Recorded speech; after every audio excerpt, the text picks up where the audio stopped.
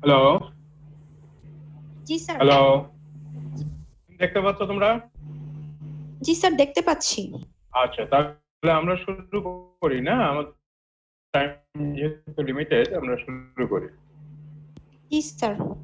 যারা আসছে তাদেরকে আমরা শুভেচ্ছা, আর যারা এখনো এসে পৌঁছায়নি তারা পরে এসে যোগ দিবে ইনশাআল্লাহ। আমাদের আজকের টপিক হচ্ছে acid base disorder. Acid base disorder একটু কঠিন বলেই আমরা স্টুডেন্ট লাইফে মনে করতাম। আহ, তোমাদের কি অনুভূতি জানি না, তো যতটুকু পারা যায় সহজ করে আমি তৈরি করার চেষ্টা করেছি। অ্যাসিড বেস ডিসঅর্ডার আমাদের আজকের যে লেকচার, এটার অবজেক্টিভ হচ্ছে to understand the importance of maintaining acid base balance, to understand different ways the body maintains the balance, to develop a differential diagnosis based on the acid base disorder, calculate primary acid base disorder, and to calculate mixed acid base disorder. So acid base homeostasis, it critically affects the tissue and organ function. যদি acid base balance maintain না হয় তাহলে tissue এবং organ সঠিকভাবে কাজ করতে পারে না। যদি এটা ডিসরাপশন হয় তাহলে কি হবে? যদি অ্যাসিড বেস ব্যালেন্স মেনটেন না হয়, it can be severe and life threatening. Acidosis and alkalosis both may be life threatening. এখন অ্যাসিডোসিস এবং অ্যালকালোসিস এটার প্রগনোসিস কি? প্রগনোসিস ডিপেন্ড করে আন্ডারলাইং কন্ডিশনের উপর। Acidosis or alkalosis itself doesn't determine the prognosis, but it is determined by the underlying condition. Normally, there is production of acid from different metabolic procedures. Almost 15,000 millimole of carbon dioxide and 50 to 100 milliequivalent of non-volatile acids like sulfuric acids are produced in the body. And they are balanced by physiological buffer system, pulmonary excretion, and renal excretion. Balance বডিতে হচ্ছে কি না, that is assessed by bicarbonate and PCO2 ratio. তোমরা জানো যে হেন্ডারসন-হেসেলবাখ reaction, হেন্ডারসন-হেসেলবাখ equation থেকে আমরা এই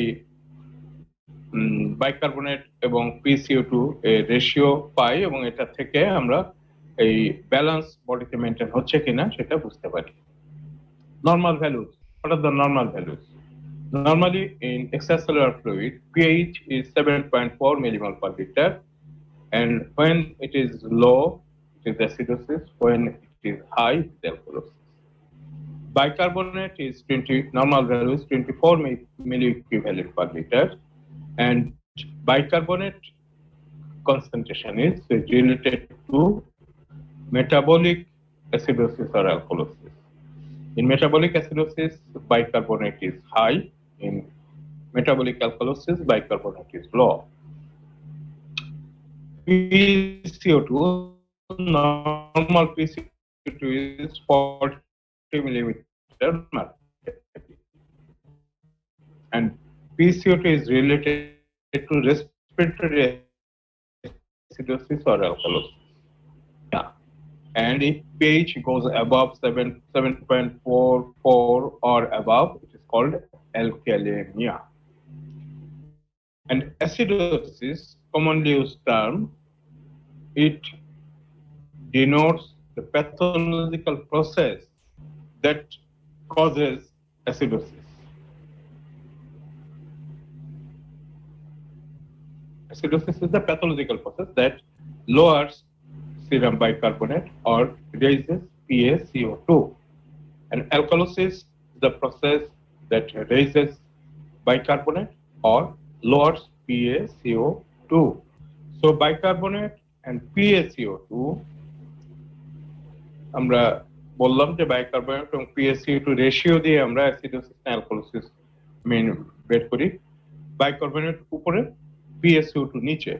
কাজেই বাইকার্বনেট ভ্যালু যদি কমে যায় অথবা PaCO2 যদি বেড়ে যায় তাহলে এর ভ্যালুটা কমে যাবে এবং তার মানে হচ্ছে পিএইচ কমে যাবে। পিএইচ কমে যাওয়া মানে অ্যাসিডোসিস।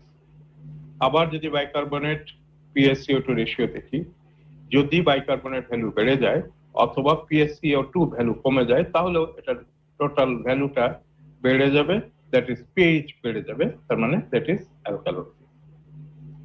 এখন অ্যাসিড বেস ব্যালেন্সটা আমাদের বডিতে কিভাবে মেনটেন হয়?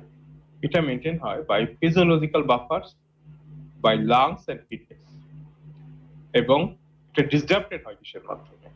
ডিসরাপ্টেড হয় by vomiting, diarrhoea, respiratory failure, kidney failure, different infections or ingestion of different acidic or alkaline molecules. এগুলোর মাধ্যমে এই অ্যাসিড বেস ব্যালেন্সটা ডিসরাপ্টেড হয়।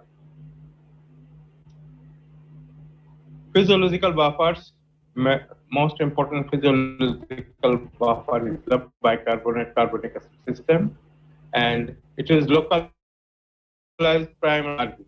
এরা কিভাবে কাজ করে? যদি কার্বন ডাইঅক্সাইড বেড়ে যায় তাহলে ওয়াটারের সাথে কম্বাইন করে এটা কার্বনিক অ্যাসিড তৈরি করে এবং কার্বনিক অ্যাসিডটা ভেঙে এটা হাইড্রোজেন আয়ন এবং বাইকার্বনেটে ভাগ হয়। যদি bicarbonate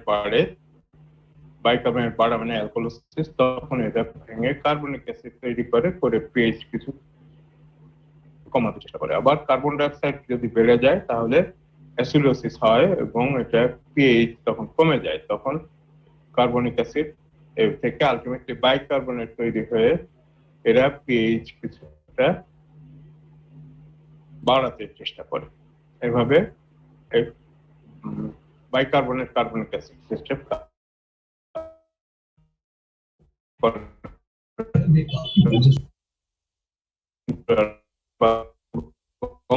in the bones phosphate buffers. এই যে বাইকার্বনেট কার্বনিক অ্যাসিড সিস্টেম এটা ইমিডিয়েটলি কাজ শুরু করে, কিন্তু এদের অসুবিধা হচ্ছে যে এরা কিছুটা মেনটেন করতে পারে এবং অল্প সময়ের জন্য মেনটেন করতে পারে, কিন্তু এটা খুব মেজর কোনো চেঞ্জ আনতে পারে না এবং এরা ফর লং টার্ম এই অ্যাসিড বেস ব্যালেন্সকে মেনটেন করে রাখতে পারে না, যে কারণে প্রয়োজন হয় এই অ্যাসিড বেস ইমব্যালেন্স হওয়ার সাথে সাথে buffer system, physiological buffer system করে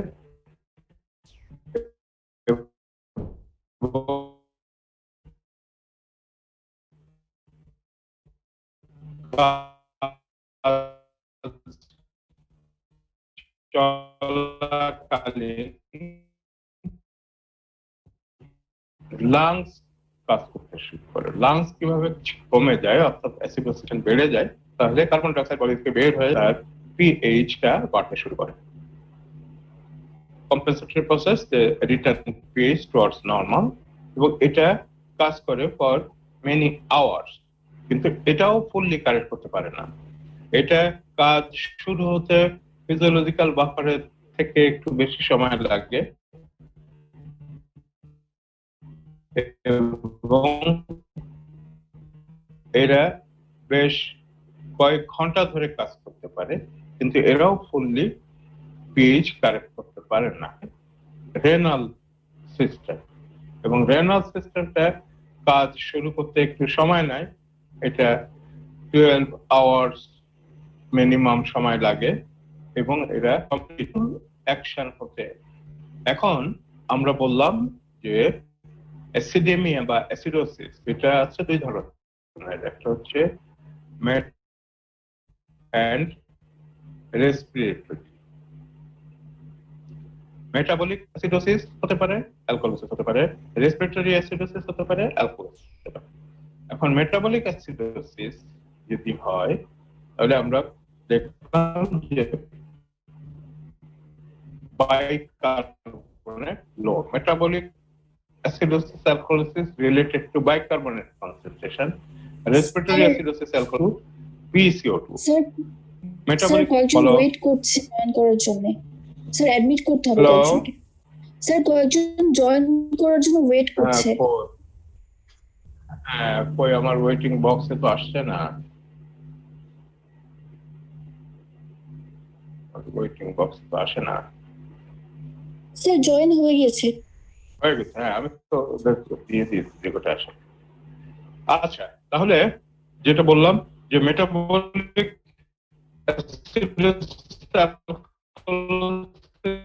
related to bicarbonate. If bicarbonate falls, this is acidosis. If bicarbonate rises, it is alkalosis. জন্য বডি কি চেষ্টা করবে? বডি করবে যে যেহেতু বাইকার্বনেট কম, কাজেই পিএইচ কম, তখন পিএইচটা যাতে আরো না কমে সেই জন্য কিছুটা ব্যালেন্স, পিএইচ বেড়ে গেলে তখন পিএইচটাকে কমাতে হবে। পিএইচটা কমাবে কিভাবে? পিএইচ কমাবে হচ্ছে, যদি আমরা জানি যে পিসিও2 যদি বেড়ে যায় তাহলে এটা অ্যাসিডোসিস হয়। যেহেতু অ্যালকালোসিস হচ্ছে মেটাবলিক কজে, তখন পিসিও2 বাড়িয়ে দিয়ে তখন ওরা এটাকে ব্যালেন্স করতে চেষ্টা করে। ঠিক অপোজিট রেসপিরেটরি সিস্টেমের কারণে, যখন হাই রেসপিরেটরি অ্যাসিডোসিস আর অ্যালকালোসিস রিলেটেড টু পিসিও2 যদি বেড়ে যায় তখন অ্যাসিডোসিস হবে। তখন বডি চেষ্টা করবে একে অ্যালকালোসিসের দিকে নিয়ে যাওয়ার, কাজেই তারা বাইকার্বনেট ভ্যালু বাড়িয়ে দেবে। একইভাবে অ্যালকালোসিসে অপোজিট অ্যাকশন হবে। এখন কোন একটা পেশেন্টের অ্যাসিড বেস ডিসঅর্ডার সন্দেহ করতে, তাহলে আমাদের কি করতে হবে? আমাদের প্রথম চিন্তা করতে হবে যে তার অ্যাসিড বেস ডিসঅর্ডার আদৌ আছে কিনা। তার ব্লাড বায়োকেমিস্ট্রি দেখে প্রথম চিন্তা করতে হবে অ্যাসিড বেস ডিসঅর্ডার আছে কিনা। যদি থাকে তাহলে এটা মেটাবলিক নাকি রেসপিরেটরি, বা যদি কোথাও কোথাও কম্বাইন থাকে, যদি কম্বাইন থাকে তখন এখানে প্রিডমিনেন্ট কোনটা, মেটাবলিক আর রেসপিরেটরি। যখন একটা মেটাবলিক বা রেসপিরেটরি অ্যাসিড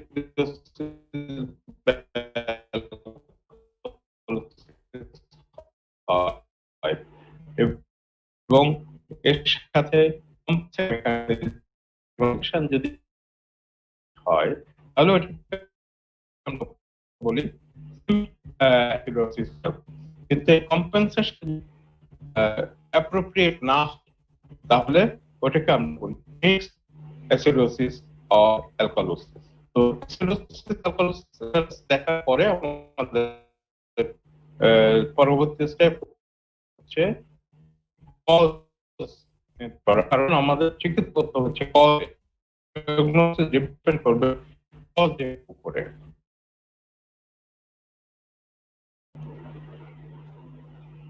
হ্যালো, শুনতে পাচ্ছি স্যার। শুনতে পাচ্ছ?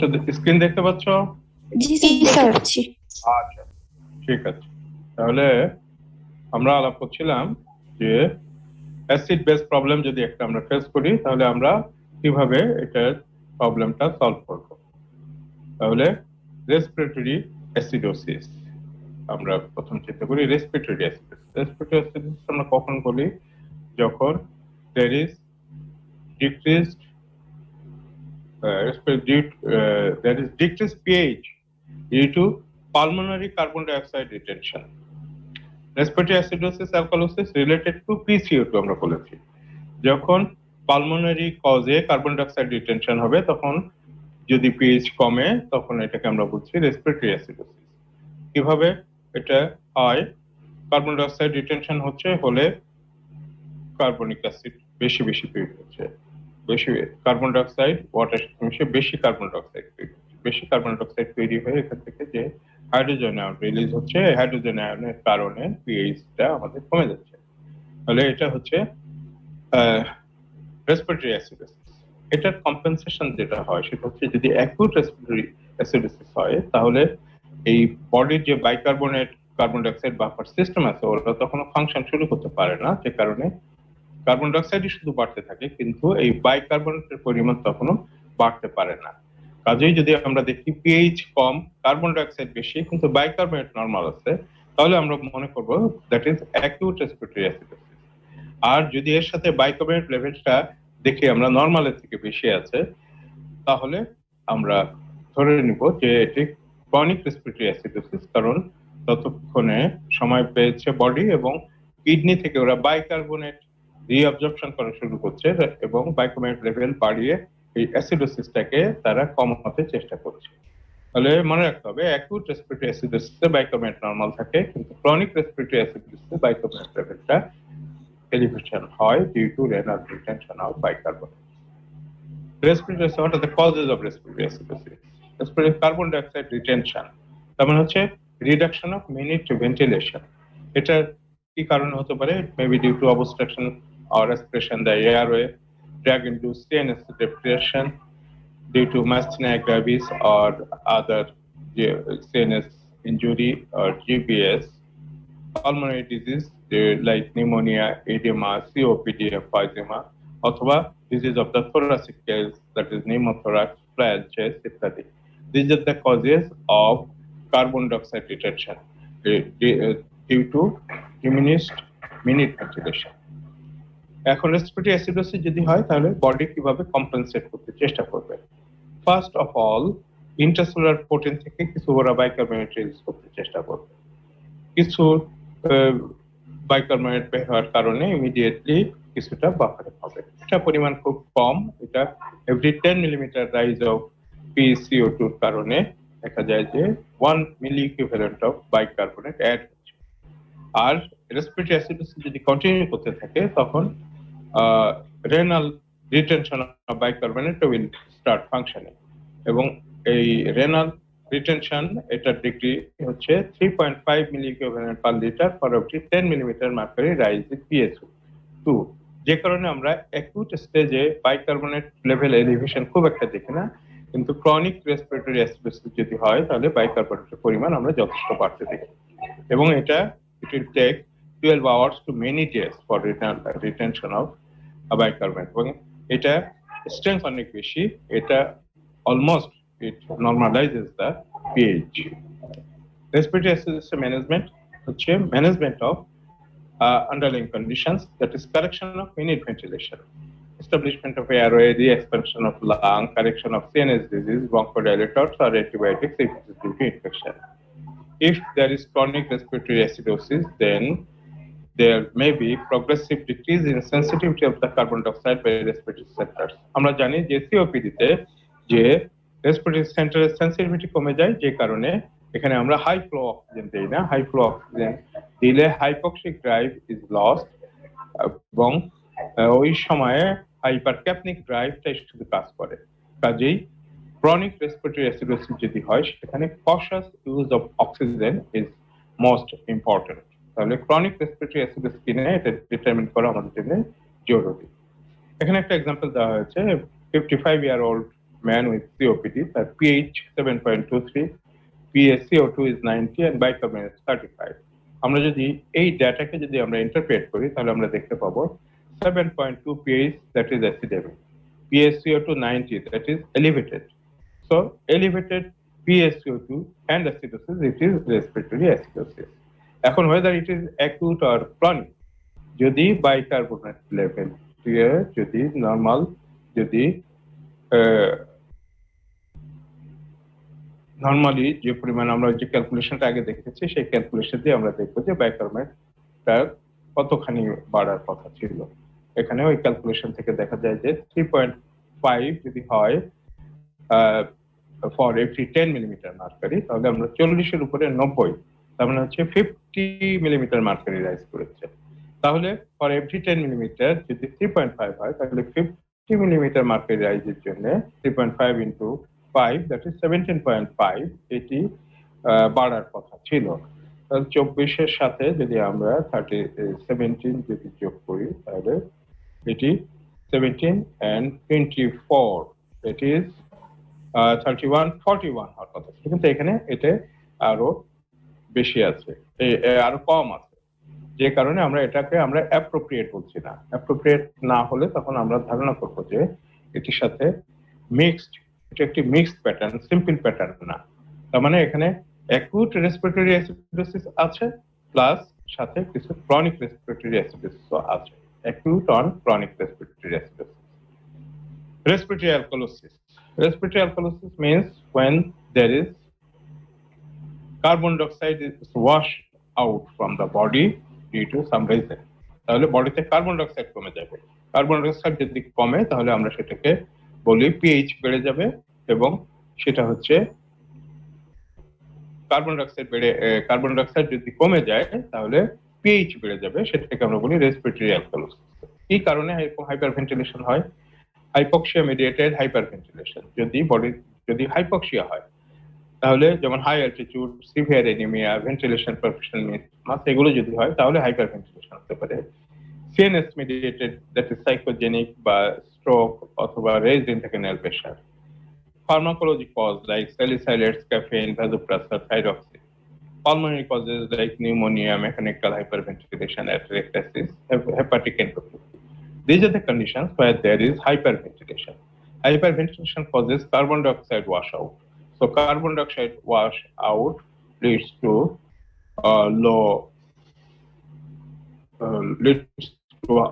high pH, that is low hydrogen ion concentration. This is respiratory alkalosis. Respiratory alkalosis যদি হয় তার মানে এখানে পিএইচ ভ্যালু বেশি, পিএইচ বেশি এবং পিসিও2 কম। তাহলে অ্যালকালোসিস হলে আমাদেরকে এটাকে যদি কম্পেনসেট করতে হয় তাহলে যেভাবে আমরা অ্যাসিডোসিস যে মেকানিজম হয় সেটা করতে হবে। যেহেতু রেসপিরেশন ইনভলভ, কাজে রেসপিরেটরি মেকানিজম এখানে কাজ করবে না, এখানে এইটাকে ব্যালেন্স করতে হবে বাই আদার মেকানিজম। যেমন একটা হচ্ছে যে bicarbonate retention from kidney. Bicarbonate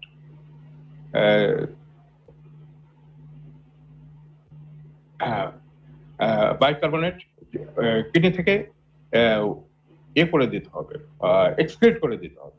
bicarbonate যদি কিডনি থেকে এক্সক্রিট করে দেওয়া যায় তাহলে এই অ্যালকালোসিসটা কমবে। তো বাইকার্বনেট অ্যাকিউট স্টেজে এটা মাত্র 2 মিলি ইকুইভ্যালেন্ট করে এটা কমে, এবং এটি ক্রনিক স্টেজে 5 milli equivalent per 10 millimetre mercury rising PSO2 এভাবে কমতে থাকে। তাহলে রেসপিরেটরি অ্যালকালোসিসের কম্পেনসেশন হচ্ছে কিডনি থেকে বাইকার্বনেট বেশি বেশি এক্সক্রিট করে দেওয়া। এখানে একটা সিনারিও আছে, pH 7.46, PaO2 20, তার মানে কার্বন ডাইঅক্সাইড ওয়াশ আউট হয়ে গেছে বলে। কার্বন ডাইঅক্সাইড ওয়াশ আউট হয়ে যাওয়ার কারণে পিএইচ বেড়ে গেছে। So this is respiratory alkalosis. এখন এটা অ্যাকিউট নাকি ক্রনিক এটা বোঝার জন্য আমাদের প্রয়োজন হচ্ছে বাইকার্বনেট। যেহেতু এটা আমরা ওই আগে বলেছি যে ক্যালকুলেশন করে আমরা যদি দেখি যে এটা 14, তার মানে কার্বন ডাইঅক্সাইড কমেছে 40 থেকে 20, তার মানে 20 কমেছে। তাহলে 20 মানে হচ্ছে প্রতি 10 মিলিমিটার মার্কারি প্রেশার এই করার PCO2 কমার কারণে বাইকার্বনেট বাড়ে হচ্ছে 5 করে, বাইকার্বনেট কমবে হচ্ছে 5 করে। তাহলে এখানে 20 কমায় তাহলে 10 মিলিমোল মিলি ইকুইভ্যালেন্ট বাইকার্বনেট কমবে।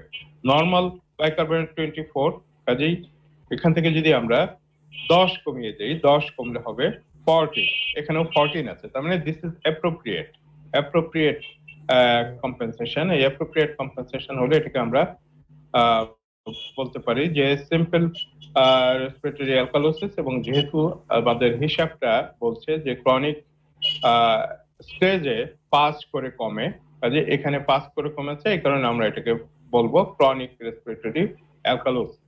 যদি এই কমটা 5 করে না হতো, বাইকার্বনেট ভ্যালু যদি আরো বেশি হতো, তাহলে আমরা ওকে অ্যাকিউট রেসপিরেটরি অ্যালকালোসিস বলতাম। এরপর আমরা বলি metabolic acidosis. Metabolic acidosis is related to bicarbonate value, আমরা বলে এসেছি আগে। তো এই metabolic elevated anion gap metabolic acidosis, আর একটা হচ্ছে normal anion gap metabolic acidosis. What is anion gap? Anion গ্যাপটা হচ্ছে ক্যালকুলেট করা হয় body sodium minus chloride plus bicarbonate, and এটা নরমাল ভ্যালু হচ্ছে 12 ± 3। অ্যানায়ন গ্যাপটা কেন হয়? অ্যানায়ন গ্যাপটা কেন হয়? অ্যানায়ন গ্যাপটা হচ্ছে বডিতে ক্যাটায়ন যেগুলো আছে, ক্যাটায়নের ভিতরে আমরা শুধু সোডিয়ামটাকে হিসাব করি, আর এছাড়া কিছু আনমেজার্ড ক্যাটায়ন থাকে।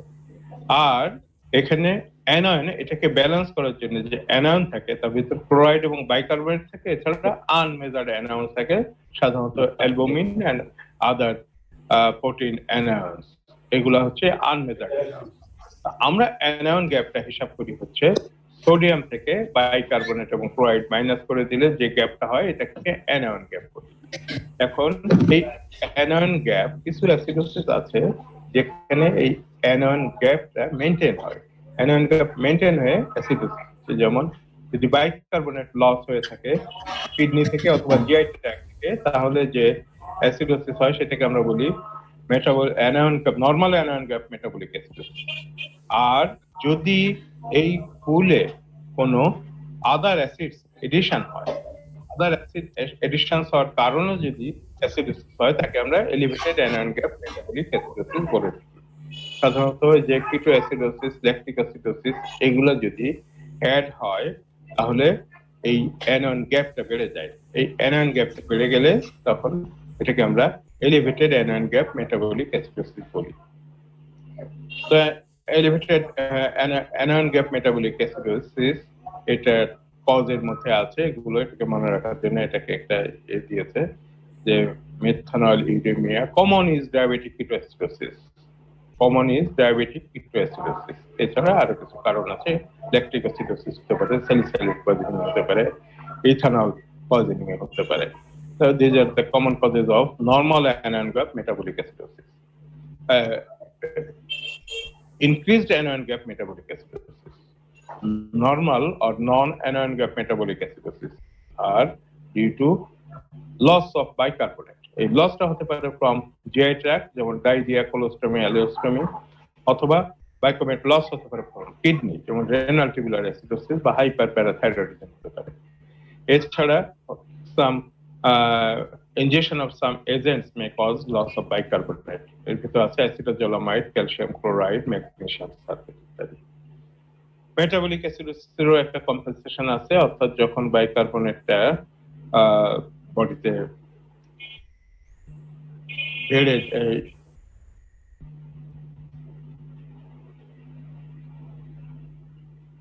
বাইকার্বনেটটা যখন কমে যাবে তখন হচ্ছে আমরা বলছি অ্যাসিডোসিস।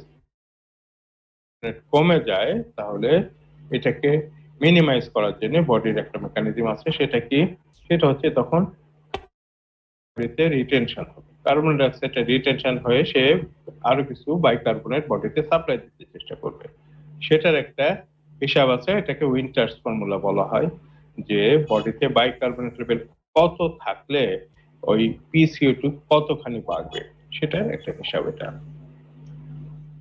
এখন treatment of metabolic acidosis is actually treatment of the underlying condition, এবং treatment of the underlying condition যদি আমরা করতে পারি, পিএইচ অটোমেটিক্যালি নর্মাল হয়ে আসবে। এখানে একটা এক্সাম্পল দেওয়া হয়েছে, pH is 7.24, that is acidic, PaCO2 is 36, normally 40 থাকে, 36 মানে it is decreased. So this is acidosis and it is metabolic acidosis. Bicarbonate level is 40. এখন এটা যে ক্যালকুলেশন করে উইন্টার্স ফর্মুলা দিয়ে ক্যালকুলেশন করে দেখতে হবে যে এটা বাইকার্বনেট লেভেলটা ঠিক আছে কিনা। এটা যাই হোক, এটা দরকার নেই, তোমাদের এটুকু বুঝতে পারলে যথেষ্ট যে পিএইচ কম আছে, কাজেই এটা অ্যাসিডোসিস এবং this is due to metabolic acidosis. যেহেতু PCO2 কম আছে, যেহেতু বাইকার্বনেট কম আছে, কাজেই মেটাবলিক অ্যাসিডোসিস।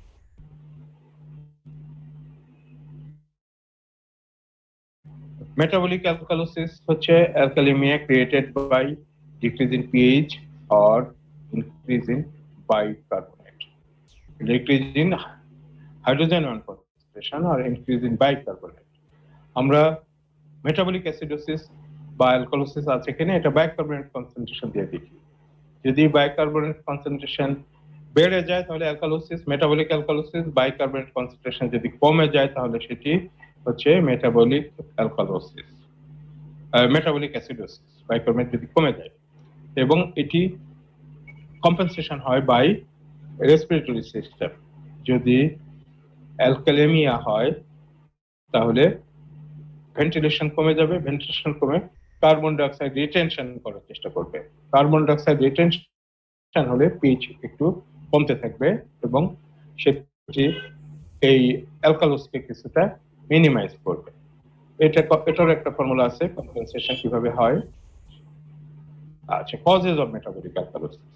মেটাবলিক অ্যালকালোসিস কি কারণে হয়, অর্থাৎ বডিতে কি কারণে বাইকার্বনেট লেভেল বেড়ে যাবে। একটা হচ্ছে ভলিউম লস বা ভলিউম কন্ট্রাকশন। যদি ভমিটিং বা গ্যাস্ট্রিক সাকশন বা ডায়াবেটিক্স এসব কারণে বডি থেকে ফ্লুইডও লস হয়, একই সাথে বডিতে বাইকার্বনেট লেভেল বেড়ে যায়। গ্যাস্ট্রিক অ্যাসিড যদি লস হয় বডি থেকে তাহলে বডি থেকে হাইড্রোজেন আয়ন কনসেন্ট্রেশন কমে যাচ্ছে, যে কারণে এটি অ্যালকালোসিস ক্রিয়েট করছে। নর্মাল ভলিউম বা ভলিউম এক্সপ্যান্ডেড, ভলিউম বেড়ে যাচ্ছে এবং একই সাথে অ্যালকালোসিস হচ্ছে বা বাইকার্বনেট লেভেল বেড়ে যাচ্ছে। Sodium potassium depression, hyper aldosteronic Cushing syndrome. কিডনিতে যে বাইকার্বনেট এক্সক্রিশন হয় এটি উইথ এক্সচেঞ্জ অফ পটাশিয়াম আর সোডিয়াম এগুলোর কারণে এক্সচেঞ্জ হয়। যদি পটাশিয়াম কম থাকে অথবা সোডিয়াম এক্সচেঞ্জ না হয় তাহলে দেখা যাচ্ছে যে বডি থেকে বাইকার্বনেট এক্সক্রিশন হতে পারছে না, তখন বডিতে ব্লাডে বাইকার্বনেট লেভেল বেড়ে যাচ্ছে এবং এটার কারণে বডিতে মেটাবলিক অ্যালকালোসিস হচ্ছে। This are some causes of metabolic alkalosis. এটা ট্রিটমেন্ট কি? ট্রিটমেন্ট সবগুলোর মতোই আন্ডারলাইং। জুবায়ের, তুমি আনমিউট করে বলো। স্যার আমাদের অনেকে স্যার ঢুকতে পারতেছে না স্যার, নেটওয়ার্ক সমস্যা করতেছে। নেটওয়ার্কের সমস্যার জন্য তো সেটার আর কি সমাধান আছে, আমরা এই প্রেজেন্টেশনটা পরে আপলোড করে দিব ফেসবুকে। আচ্ছা ঠিক আছে, ঠিক আছে, ওকে। আচ্ছা, তো মেটাবলিক অ্যালকালোসিস এর কজ হচ্ছে ট্রিটমেন্ট অফ আন্ডারলাইং ডিসঅর্ডার, এবং যদি হাইপোক্যালেমিয়া থাকে পটাশিয়াম কারেকশন করতে হবে, যদি ইউরিন ক্লোরাইড কম থাকে ফ্লুইড দিতে হবে, acetazolamide. Treatment of the underlying condition is the cause. এখানে একটা এক্সাম্পল দেওয়া হয়েছে, 29-year-old pregnant woman vomiting. pH is 7.58, that is alkaline. PaO2 is 48, that is carbon dioxide is increased. Bicarbonate is 40, that is increased. pH high, bicarbonate high, so it is metabolic alkalosis. Why not respiratory alkalosis? Because there is raised PaCO2 also. আমরা জানি যে respiratory alkalosis যদি হয় তাহলে PaCO2 will be reduced। তাহলে আমরা এখানে অ্যালকালেমিয়া পাচ্ছি, PaO2 ইনক্রিজ পাচ্ছি, বাইকার্বনেট ইনক্রিজ পাচ্ছি। So this is metabolic alkalosis. এই ক্যালকুলেশন করা হচ্ছে এটা বোঝার জন্য যে এটা মিক্সড কোনো ডিসঅর্ডার আছে কিনা এবং সেটা বোঝার জন্য, বা কম্পেনসেশনটা অ্যাপ্রোপ্রিয়েট হচ্ছে কিনা সেটা বোঝার জন্য। তো সেটা বোঝার পরের স্টেপ, ফার্স্ট স্টেপ হচ্ছে এটা whether it is metabolic alkalosis or acidosis, respiratory acidosis or alkalosis, এটুকু বুঝতে পারা তোমাদের জন্য যথেষ্ট হবে। তাহলে আমরা কিভাবে বুঝলাম হচ্ছে ফার্স্ট ইজ পিএইচ। পিএইচ দিয়ে আমরা বুঝবো যে এটা alkalosis or acidosis. Second is যদি অ্যালকালোসিস হয় তাহলে আমাদের ব্যাকগ্রাউন্ড নলেজ থেকে আমরা জানি অ্যালকালোসিস যদি হয় তাহলে মেবি রেসপিরেটরি অর মেটাবলিক। যদি মেটাবলিক কজে অ্যালকালোসিস হয়ে থাকে তাহলে দেয়ার বি রেইজড বাইকার্বনেট। যদি এটি রেসপিরেটরি কজে অ্যালকালোসিস হয়ে থাকে there will be lower PaCO2। তো আমরা এখানে দেখতে পাচ্ছি PaCO2 is high and bicarbonate also high. So bicarbonate raise যদি হয় তাহলে এটা মেটাবলিক অ্যালকালোসিস। তাহলে আমাদের এই তিনটা ভ্যালু থেকে আমাদের কনক্লুশন হচ্ছে this is metabolic alkalosis. Mixed disorder. There are some conditions that causes mixed disorder. Mixed disorder সম্পর্কে তোমাদের শুধু একটু ধারণা থাকলেই চলবে। খুব এটি বের করতে হবে বা বুঝতে হবে সেটা আমি মনে করি না। তোমরা শুধুমাত্র অ্যাসিডোসিস নাকি অ্যালকালোসিস এবং এটি মেটাবলিক নাকি রেসপিরেটরি এটুকু বুঝতে পারলেই হবে আর কি। আর এটা সম্পর্কে ধারণা থাকতে হবে যে there may be mixed condition like one acid-base disorder, sometimes more than one acid-base disorder may be present. যেমন metabolic and respiratory processes দুটার কি থাকতে পারে, metabolic acidosis সাথে metabolic alkalosis থাকতে পারে, metabolic acidosis সাথে respiratory acidosis, respiratory alkalosis থাকতে পারে। কিন্তু একটা জিনিস কম্বিনেশন কখনো হবে না, সেটা হচ্ছে respiratory acidosis এবং respiratory alkalosis দুটা কখনো একসাথে থাকতে পারবে না, কারণ তোমরা জানো যে কজ সম্পূর্ণ আলাদা। রেসপিরেটরি অ্যাসিডোসিস হচ্ছে due to hypoventilation, respiratory alkalosis হচ্ছে due to hyperventilation. So hypoventilation and hyperventilation can't coexist, কাজেই এই দুটা কখনো কম্বাইন হবে না। কিন্তু যে কোনো মেটাবলিক ডিসঅর্ডার সাথে রেসপিরেটরি ডিসঅর্ডার পাবেন, মেটাবলিক অ্যাসিডোসিস সাথে মেটাবলিক অ্যালকালোসিসও কম্বিনেশন হতে পারে। কিভাবে বোঝা যাবে যে কোনো একটা জায়গায় মেটাবলিক ডিসঅর্ডার আছে কিনা, মিক্সড ডিসঅর্ডার আছে কিনা? সেটা বোঝা যাবে যদি পিএইচ নরমাল থাকে কিন্তু PaCO2 বা বাইকার্বনেট কনসেন্ট্রেশন অ্যাবনর্মাল থাকে, তাহলে আমরা সেখানে there may be a mixed disorder. অর্থাৎ একটা হয়তো অ্যাসিডোসিস, একটা হয়তো অ্যালকালোসিস, দুটো অপোজিং ডিসঅর্ডার এর কারণে পিএইচ খুব একটা চেঞ্জ হচ্ছে, but there must be evidence of abnormal PaCO2 or bicarbonate concentration। তাহলে মিক্সড ডিসঅর্ডার কোথাও আছে কিনা সেটা আমরা বুঝবো কিভাবে? আমরা বুঝবো যদি পিএইচ নরমাল থাকে বা নিয়ার নরমাল থাকে কিন্তু PaCO2 বা বাইকার্বনেট কম বা বেশি হয়, তাহলে আমরা বুঝতে পারবো মিক্সড ডিসঅর্ডার আছে। এখন মিক্সড ডিসঅর্ডার কিভাবে বের করতে হবে সেটা আরো একটা ফর্মুলা আছে, সেটা যদি তোমরা মনে রাখতে পারো চেষ্টা করো, না হলে আমার মনে হয় যে তোমাদের এটা খুব প্রয়োজন নেই। আমি এটা এখানে রেখেছি শুধু যে এই ধরনের একটা এন্টিটি যে আছে এটা যেন তোমাদের নলেজে থাকে, হ্যাঁ, তোমরা যেন অন্য কোথাও যে প্রথম না শোনো। এটাকে বলা হয় যে delta ratio, anion gap, difference of anion gap divided by difference of bicarbonate. না, এটা হচ্ছে পেশেন্টের anion গ্যাপ কত আছে সেটা থেকে নরমাল anion গ্যাপ মাইনাস করলাম, আর একটা হচ্ছে বাইকার্বনেট নরমাল কত, পেশেন্টের কত আছে, এটাকে আমরা এটা দিয়ে ভাগ দিই। এই রেশিও যদি মোর দ্যান 2:1 হয় তাহলে এটা ইন্ডিকেট করে মেটাবলিক অ্যাসিডোসিসের সাথে হয়তো থাকতে পারে। তো মেটাবলিক অ্যাসিডোসিসের সাথে মেটাবলিক অ্যালকালোসিস আছে কিনা এটা বোঝার জন্যই সাধারণত এই ফর্মুলা ইউজ করা হয়ে থাকে। তো এটা আর এক ধরনের ক্যালকুলেশন। তাহলে এখানে একটা এক্সাম্পল দেওয়া হয়েছে মেটাবলিক অ্যাসিডোসিস অ্যালকালোসিস, এটা আর আমি আলাপ করতে চাচ্ছি না তোমাদের সাথে। এখানে দেখো ক্যালকুলেশন করে দেখিয়েছে যে 28:1 হয়েছে, তার মানে এটি 2:1 এর বেশি হলে আমরা মেটাবলিক অ্যাসিডোসিসের সাথে অ্যালকালোসিস কম্বাইন্ড আছে বলে ধরে নিতে পারি। এখানে ক্যালকুলেট করে 28:1 হয়েছে এবং এখানে একটি মেটাবলিক অ্যাসিডোসিস আছে due to shock, patient is in shock, এবং একসাথে পেশেন্টের ভমিটিং আছে যে কারণে ভমিটিং থেকে metabolic alkalosis. This is one example of mixed acidosis and alkalosis. এটা বোধহয় খুব পরিষ্কার দেখা যাচ্ছে না, এটা একটা অ্যালগরিদম ছিল ভালো, কিন্তু এটা খুব স্পষ্ট করতে পারলাম না। যদি আমরা একটা পেশেন্টের পিএইচ, যখন আমরা একটা ব্লাড রিপোর্ট পাবো তখন আমরা ফার্স্ট দেখব যে পিএইচটা কত। PH if it is more than 7, this is alkalosis. If pH is less than 7.36, this is acidosis. So first আমরা ডিফারেন্সিয়েট করলাম এটা অ্যালকালোসিস নাকি অ্যাসিডোসিস। এখন আমাদের কাজ হচ্ছে এটা রেসপিরেটরি নাকি মেটাবলিক। অ্যালকালোসিস যদি PaCO2 less than 40 হয়, PaCO2 যদি মোর, তাহলে সেটা হবে রেসপিরেটরি অ্যাসিডোসিস। সরি, এটা তো আমরা অ্যালকালোসিস করছি। PaCO2 যদি মোর less than 40 হয়, normal PaCO2 is 40.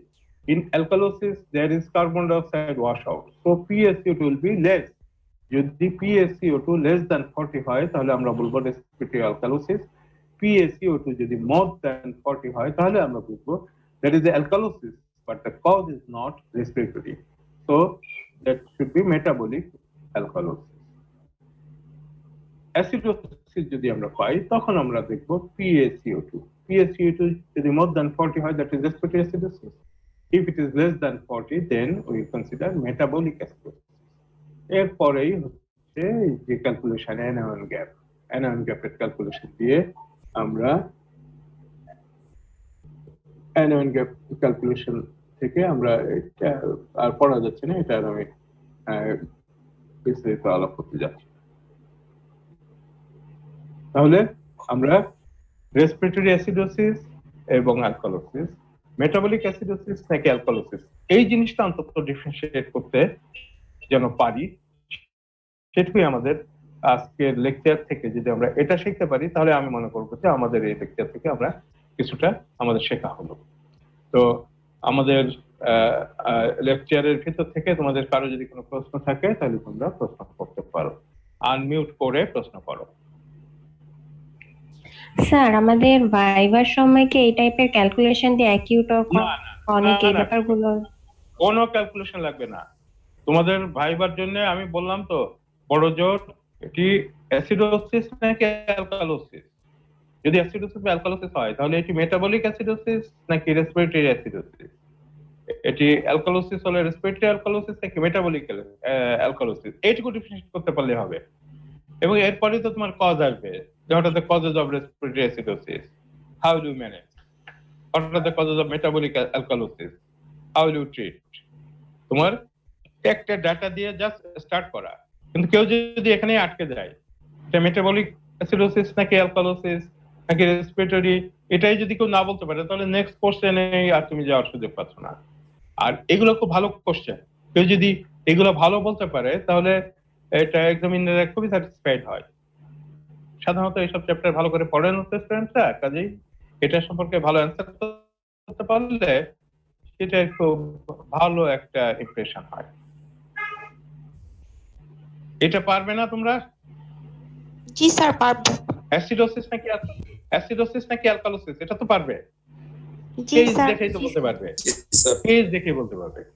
এরপরে এটি মেটাবলিক নাকি রেসপিরেটরি এটা কি দিয়ে বুঝবে? স্যার পিএস পাশাপাশি কার্বন ডাই অক্সাইড। আমরা পেজ দেখলাম, পেজ দিয়ে বুঝলাম যে এটা অ্যাসিডোসিস নাকি অ্যালকালোসিস, ঠিক আছে। এরপরে আমরা বুঝতে চেষ্টা করব যে এটা মেটাবলিক নাকি রেসপিরেটরি। এটা আমরা বোঝার জন্য কি দেখব? আমরা দেখব PCO2 এবং বাইকার্বনেট। যদি এটি রেসপিরেটরি অ্যাসিডোসিস হয় তাহলে PaCO2 কি হবে? PaCO2 বাড়বে। PaCO2 বাড়বে যদি রেসপিরেটরি অ্যাসিডোসিস হয় তাহলে PaCO2 বাড়বে। যদি মেটাবলিক অ্যাসিডোসিস হয় তাহলে কি হবে? স্যার বাইকার্বনেট কমবে। বাইকার্বনেট কমবে, ঠিক আছে। কিন্তু যদি একদম যে পরিবর্তন হবে না তা না, ওই যে কিছু কম্পেনসেশন আছে বললাম, যেহেতু মেটাবলিক অ্যাসিডোসিস হলে বাইকার্বনেটটা কমে যাচ্ছে, যে কারণে পিএইচ কমে যাচ্ছে, তখন বডি চেষ্টা করবে যে রেসপিরেটরি সিস্টেম চিন্তা করবে যে এই পিএইচটাকে আরেকটু বাড়ানো যায় কি করে। পিএইচটা আরেকটু বাড়ানোর জন্য তাহলে কি করতে পারবে লাংস? সে কিছু কার্বন ডাই অক্সাইড বের করে দিতে পারে। যদি কিছু কার্বন ডাই অক্সাইড বের করে দেয় তাহলে আমরা জানি যে রেসপিরেটরি অ্যাসিডোসিস হয়, রেসপিরেটরি অ্যালকালোসিস হয় কিসের মাধ্যমে? কার্বন ডাই অক্সাইড ওয়াশ আউটের মাধ্যমে অ্যালকালোসিস হয়, তাই না?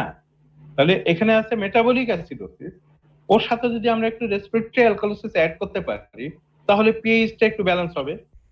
যে কারণে মেটাবলিক অ্যাসিডোসিস যখন হবে, বাইকার্বনেট লেভেল কম থাকবে, তখন বডি চেষ্টা করবে একটু রেসপিরেটরি অ্যালকালোসিস এলিমেন্ট অ্যাড করে দেওয়ার।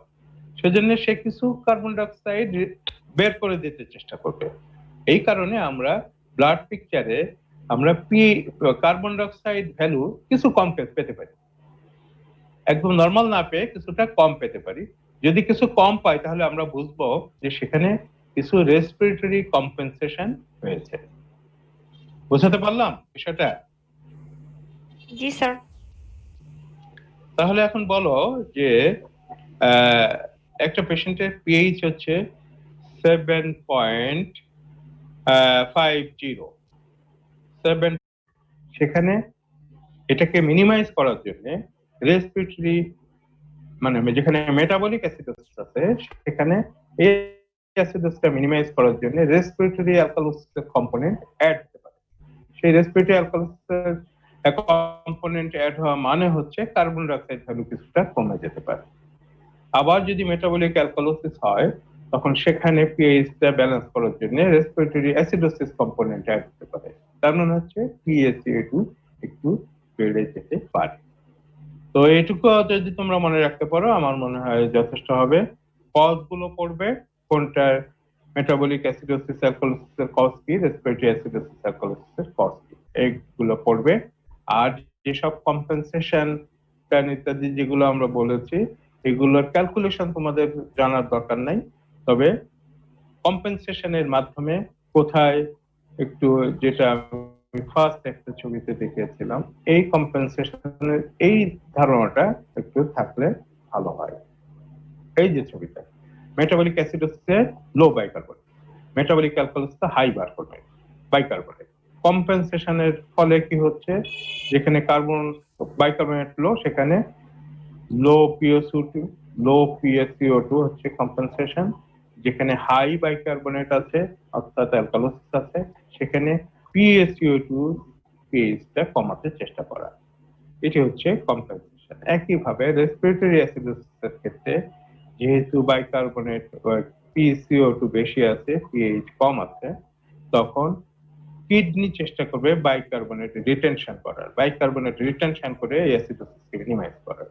একইভাবে রেসপিরেটরি অ্যালকালোসিসে যেহেতু PaCO2 কম থাকে, PaCO2 কম মানে হাইড্রোজেন আয়ন কনসেন্ট্রেশন কম, তখন কিডনি চেষ্টা করবে কিছু বাইকার্বনেট কিডনি থেকে বের করে দিতে। কিডনি থেকে বের করে দিলে তাহলে এই পিএইচটা কিছুটা আবার আগের অবস্থানে ফেরত আসতে পারে। এটি ব্যাপারটা কি, বাইকার্বনেট যদি বেশি থাকে বাইকার্বনেট ওরা হাইড্রোজেন আয়নকে অ্যাকসেপ্ট করে, হাইড্রোজেন আয়নকে অ্যাকসেপ্ট করলে প্লাজমা থেকে হাইড্রোজেন আয়নের কনসেন্ট্রেশনটা কমে যায়। যদি PaCO2 কম বাইকার্বনেট যদি কম থাকে তাহলে বডিতে হাইড্রোজেন আয়ন কিছু ফ্রি থাকলে তখন এই হাইড্রোজেন আয়ন কনসেন্ট্রেশনটা একটু বাড়তে পারে, তাহলে অ্যালকালোসিসটা মিনিমাইজ হয়। This is the underlying mechanism. তোমাদের আর কারো যদি কোনো প্রশ্ন থাকে তোমরা করো, আমাদের টাইম প্রায় শেষ। কারো কোনো প্রশ্ন আছে? আচ্ছা, যদি তোমাদের কোনো প্রশ্ন পরেও আসে তোমরা তোমাদের ওই ফেসবুকে মেডিসিন লেকচার গ্রুপ যে আছে ওখানে তোমরা প্রশ্ন পাঠাতে পারো, আমি ওখানে দেখে প্রশ্ন তোমাদেরকে জবাব দেওয়ার চেষ্টা করব। আর তোমরা তোমাদের বই থেকে টেক্সট বুক থেকে এই অ্যাসিডের চ্যাপ্টারটা আজই পড়ে নিবে, তাহলে তোমাদের যেখানে বুঝতে সুবিধা হচ্ছে বা অসুবিধা হচ্ছে সেই জিনিসগুলো বুঝতে পারবে এবং সেগুলো থেকেও প্রশ্ন করতে পারো। তো তোমাদের যদি আর কোনো প্রশ্ন না থাকে তাহলে আমরা আজকে এখানে আমাদের লেকচার শেষ করছি। কোনো প্রশ্ন আছে তোমাদের কারো আর?